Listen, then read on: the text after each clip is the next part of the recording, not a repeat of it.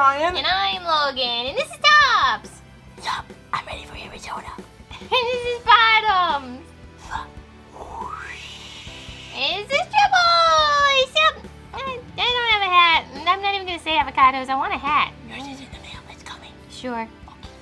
And we're Crush Cards! Hi, team! Happy Thursday! My one summon win does. No, you're not seeing things. We really have stooped to this level. We're doing a SHADDOLL INVOKED deck profile. I know, it's crazy. SHADDOLL INVOKED is one of those decks that we have never honestly been a huge fan of. However, it's also one of those decks that is seeing a lot more popularity. We have gotten used to normal summoning Alistair.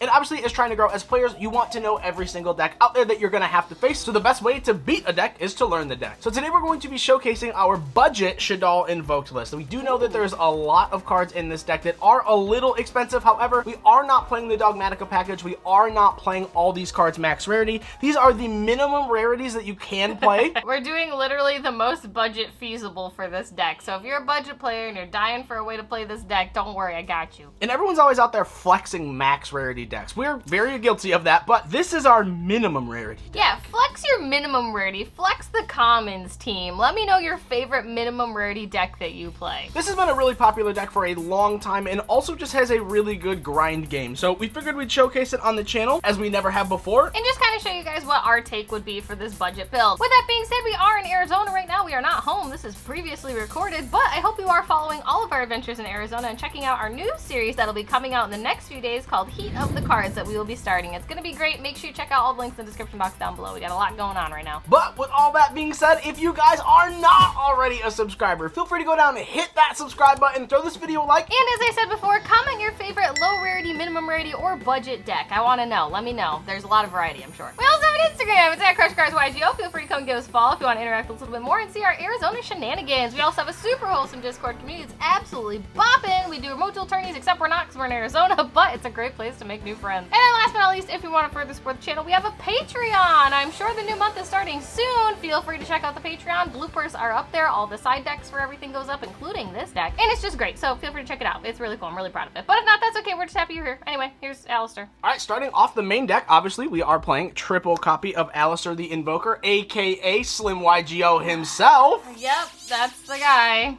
Not Slim Alistair. I still don't know how I feel about Alistair, but if you don't know what he does and you live under a rock, during either player's turn, you can send this card from your hand to the graveyard. Target a fusion monster you control gains 1,000 attack and defense till the end of the turn. That's pretty cool. If this card is normal summoned or flipped face up, which is a really weird thing, you can add an invocation from your deck to your hand. This literally, you just get invocation. That's all this does. The reason that second effect is there is actually really strong for this deck because probably one of the biggest weaknesses for this deck is Droll and Lockbird. So if you activate like a Terraforming or like a Meltdown and you have the Alistair, you can always just set the Alistair under the Droll, and then when your opponent attacks into it, it will flip, and you still get the invocation search anyways. It's also kind of cool because this is a SHADDOLL build, and the SHADDOLLs all function around flipping, so I just think that's cool. But yeah, once again, shout out to the super rares. You're going to see a lot of them in this build. Shout out to Slim.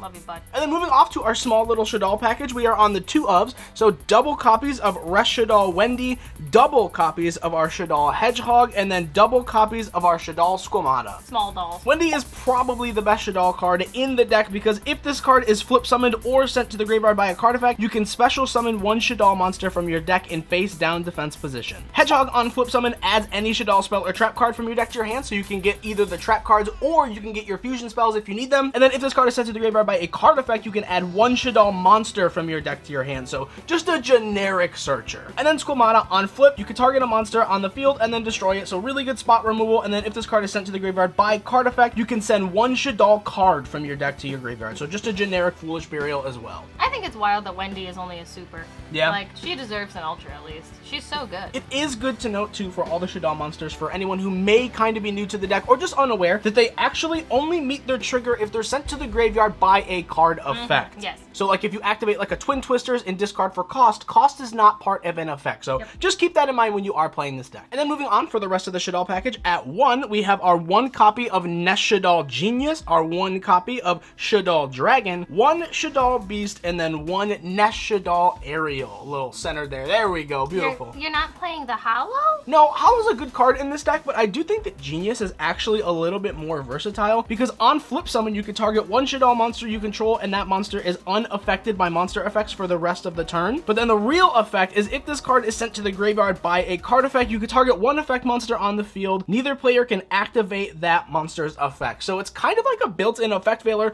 and keep in mind, the Hedgehog can search any of your SHADDOLL monsters. So Genius is actually a searchable card in this deck, and then if you are able to like make a construct and then add back your fusion spell that you made that construct with, you can just set that spell and then activate it on your opponent's turn, because El SHADDOLL Fusion is a quick play, sending Genius to the graveyard to make a Winda and negate a card on your opponent's field. Dragon, obviously probably one of the best ones. Shout out to the OTS super rare, by the way. This card is fabulous. Everyone has been asking for this card as a super rare, so super happy that we finally got it.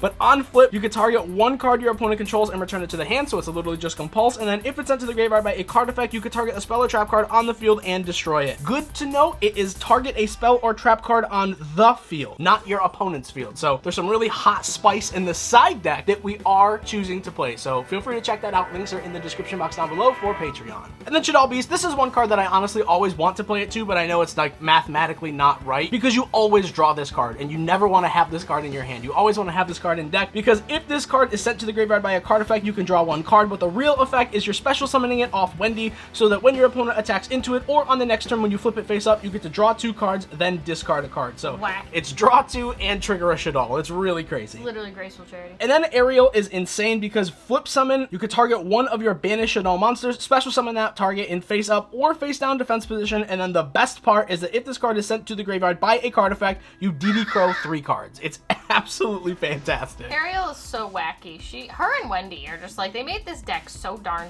OP in so many ways. The SHADDOLL structure deck last year really did just help this deck out a ton. Yeah, this was probably the best structure deck that's come out in a long time. This deck is 41, so if you do not want to play the Genius, you can just play these 3. They're all super rare, so it fits the theme of the deck. And then moving off to our hand traps, we are on triple copies of Ash Blossom and Joyous Spring. Woo. Super rare. Forehead, pretty sick. Yeah! Triple copies of our Effect Veiler, super rare, and triple copies of Phantasme, super rare. I remember the days when Phantasme wasn't a budget card. Guess what? He is now. So we did choose to play Phantasme over any other hand trap because A, budget as we said before, and B, it is a dark hand trap. You are playing the Alistair combos. So we just wanted to have hand traps that kind of covered every base and had different attributes. Ash is a fire, Effect Veiler is a light, Phantasme is a dark, and this deck, being super honest, does brick just a little bit because you're playing multiple engines, but Phantasme can sometimes help you unbrick those bricky hands and gives you that non-targeting protection. So it's a really powerful card in this deck. I think in a deck like this, Phantasme in the main actually makes a lot of sense. And that wraps it up for the monster, so moving on to our spells. Super self-explanatory here for our Alistair engine. We are on triple copies of Magical Meltdown, Same. our 4th copy of Magical Meltdown, and then double copies of Invocation. All common terraforming? No, it's a super rare. Oh, God, the I whole got deck. scared. Yeah, this is our super rarity deck here. So we are playing all super rares in this deck. I know Invocation is kind of an expensive card. However, this is the cheapest version of the card. And if you do want to play this deck, Invocation is just a mandatory card. I mean, yeah, I think Invoked players at this point know you need Invocation to play Invoked cards. So I think that's covered. And moving on for the rest of the spells. Don't you love a spell speed 4 field spell? I didn't realize how good it was until I actually started playing it. I'm like, yo, this card's actually pretty good. It's actually insane. I hate that I love it, but, you know, we all gotta have a meltdown every now and then, and sometimes it's justified. And then moving on for some of our tech cards, obviously we're playing the 1 copy of Called by the Grave. You are playing an Alistair version of the deck, so you need to have that resolve all of the time. So the 1 copy of Called by, kind of just mandatory, and if you don't need it, it is an interruption if you draw it. And then the other 2 tech card slots are Spell Book of Knowledge. I know this feels really weird, but as we said, the deck kind of bricks, and if you do open Alistair and this, it's literally just Pot of Greed, because Alistair normal summons, you grab Invocation, you link into the Artemis, and then all of a sudden you just have a spellcaster on field. You can send it to the graveyard, draw 2 cards for free, and then still banish the Artemis in the graveyard with Alistair to get Makaba. That's so gross. I hate that. And like, for what it's worth, all your SHADDOLL cards, the majority of them are spellcasters as well, so if you really need to trigger that, go for that as well, but free Pot of Greed, we might as well take it. It's wild wild how so many archetypes just like have a pot of greed and like no one says anything, but it's like, yeah,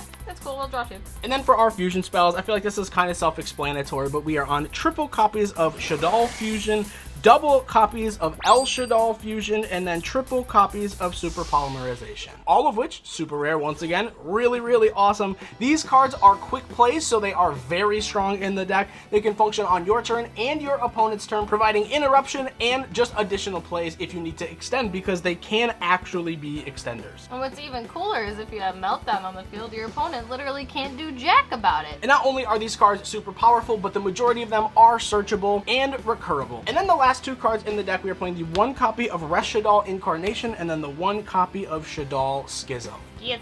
Schism has actually gone down a lot in price, so it's pretty affordable compared to what it was a couple months ago. And then SHADDOLL Incarnation is really just kind of an extender in the deck, and that's it for the main deck. Moving on to the extra. Wow. Last week we did a PK deck that was mostly Xyz monsters, and today we are demonstrating a deck that's mostly fusion monsters. So we only play 3 Link monsters, and these are the only 3 Link monsters that you actually need. It's really, really easy to get these cards. This is not a budget card. Well, I mean, it's the budgetist card for the deck. Alright, well, you know what? We tried, guys.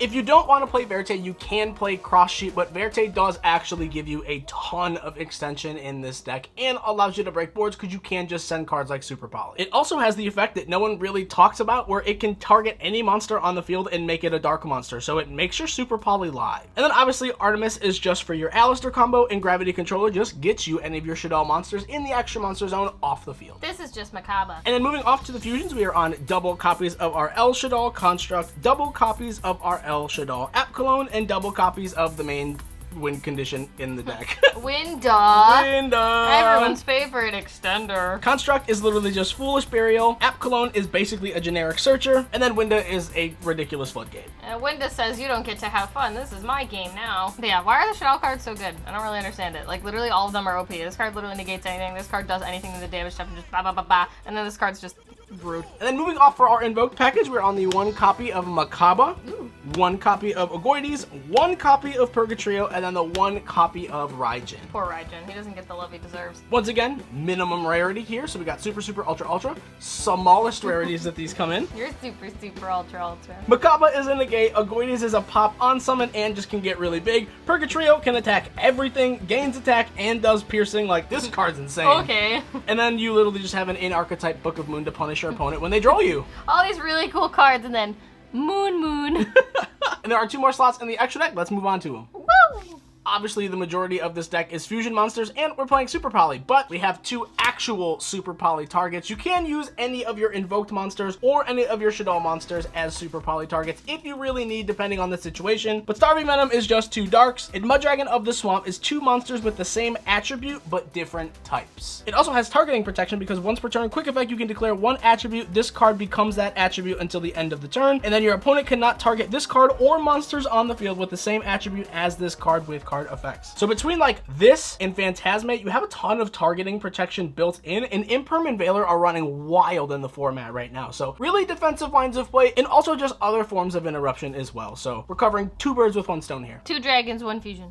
All right, so here we are in the test hand section of the video. We're just going to give these a quick little shuffle real quick. Do forgive us if we don't make the most like optimal play. We are still just learning this deck. We just picked it up, but it's a really fun deck. So we just wanted to showcase exactly what the deck is capable of, draw a random set of 5 cards, and then provide a test hand. All right, so we'll give this a nice little shuffle real quick, and then we will ask our opponent to cut. It's me, normal someone else, or F.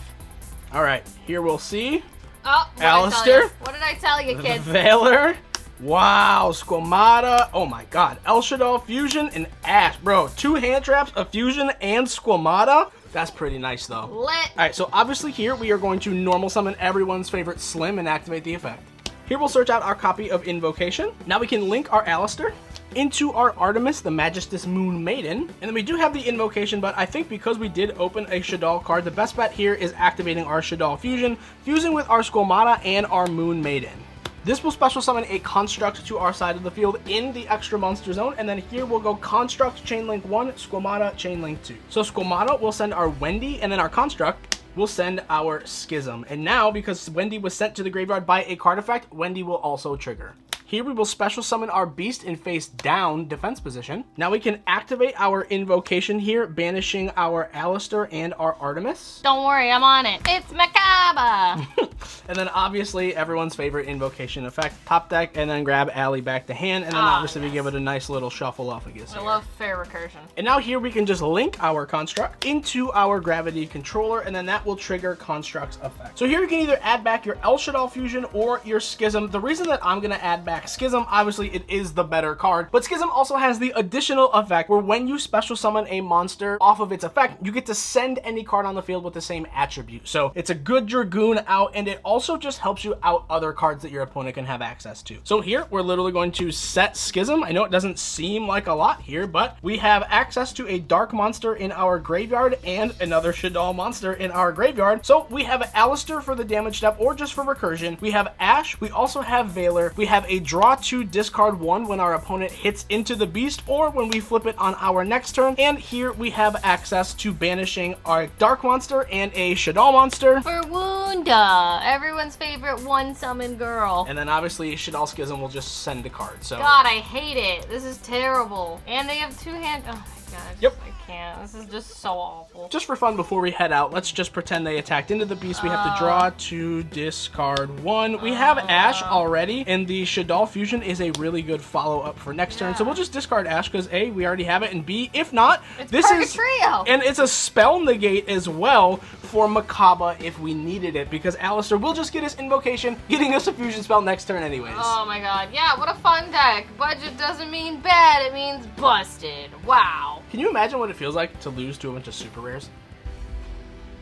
Well, that being said, I hope you guys enjoyed this deck profile. I can't believe we finally reached this point in the channel where we're unironically making SHADDOLL Invoke decks, but honestly, you know, it had to come. We have to learn the deck eventually. You gotta know thy enemy, and it's okay. I actually don't hate him that much. Kind of, sort of, not really. But this deck is whack as hell. If you don't think it's whack as hell after looking at this, I don't know what to tell you. You're too hard to please. But I hope you guys enjoyed this video. Let us know in the comments section what your favorite minimum rarity deck is, and if you like this deck, and if you want us to do more decks like this, let us know. We won't know unless you tell us. But thank you guys so much for watching this video. We love you. You matter, and I hope you stay tuned for all the cool Arizona adventures that we're on. Check out all the links in the description box down below. Bye! Bye, team. Bye. Bye. I'm having a lot of fun in the sun. I'm eating avocados. Oh my God, you came from Arizona. I Wow. did. You're all... I'm Arizonian. I'm part cactus. Spiky, spiky. Okay, 3. I want a cactus hat. 2, 1. A dance.